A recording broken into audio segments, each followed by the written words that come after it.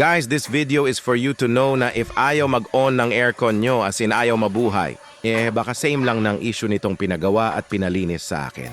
Di ko na na-video ang cleaning.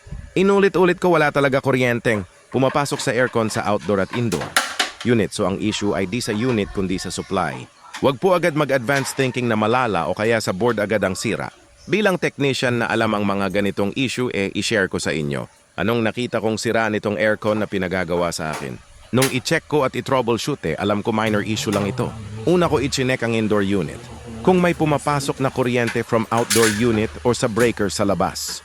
Chinek ko ng multitester. Walang pumapasok kaya nasabi ko sa outdoor ang problema, which is naroon ang breaker. Kung saan dapat magmumula ang input ng AC. Alam ko na ang sira kaya nilinis ko na ang indoor at outdoor. After linisin tsaka ko inalam saan ang talaga ang sira. May supply ang AC from main, then nung I-check ko sa output ng breaker, walang kuryente, so bilang kabisado ko na how to repair aircon, alam kong wala sa unit ang issue. Kaya nag-double check ako sa pamamagitan ng switching on and off ng breaker pero wala talaga sa output side. Kaya pag ganito ang nangyari sa AC nyo, check, baka kagaya nito lamang ang sira. Huwag agad kumuha ng technician, mag-DIY ka muna. Kung gusto mong malaman ang sira ng aircon mo pero di mo kaya mag-DIY, kontakin mo lang ako. Gagabayan kita sa basic troubleshooting para makatipid ka. Pero if di mo kaya, look for a technician familiar with air conditioning, baka kasi lalo mapalaki ang gastos mo kung di kaya ng iyong kaalaman. Laking tuwa ng customer at tayo ang pinag-check at ito lamang ang nakita kong issue. Again, kapag same issue nito, baka basic lang at ganito lang din issue ng aircon nyo. Naayos ko na ang aircon ng customer. Masaya rin ako at di ako nahirapan na i-diagnose kung nasaan ang sira. Dahil marunong talaga tayo bilang technician at electrician, madali kong nagawa ito, nalinis, at nagawa ko ang split-type aircon na ito nang walang kahirap-hirap. Kaya if need nyo cleaning or repair, don't hesitate to ask me or message me para maayos ko ang AC nyo. After ma-cleaning yun nga nag-proceed ako sa pag-check muna sa breaker at bingo sa breaker ang issue. Nangyayari na akala natin ay naka-on pero wala ng contact para supplyan papunta sa unit.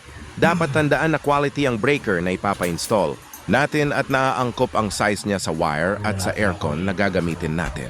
Kapag napatunayan na breaker ang sira, agad itong palitan kung kaya mo at kung hindi naman ay tumawag ng bihasang technician o kaya electrician para maisaayos ang anumang sira sa electrical.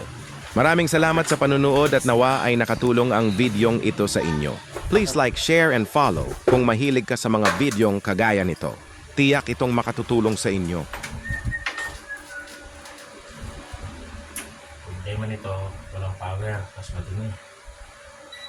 Lililisin, tapos putunan na ako kuryente.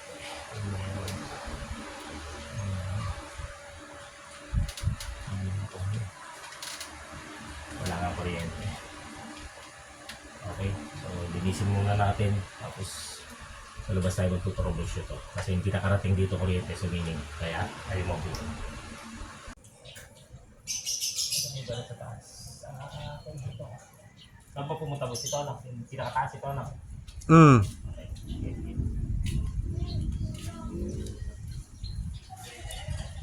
Ayun.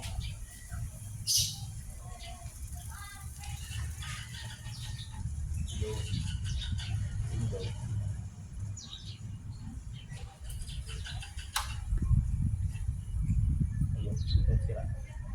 Break it. Break it, break it. Breaker pa rin. Breaker ang tira.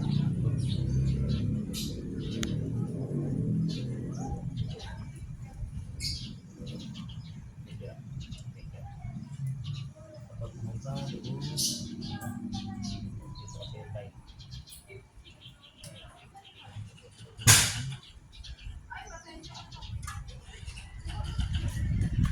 Tapos, sige.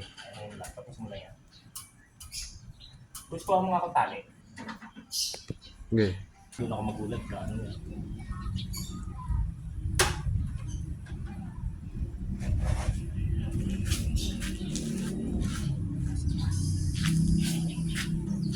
Name, presence of mind, Jeff.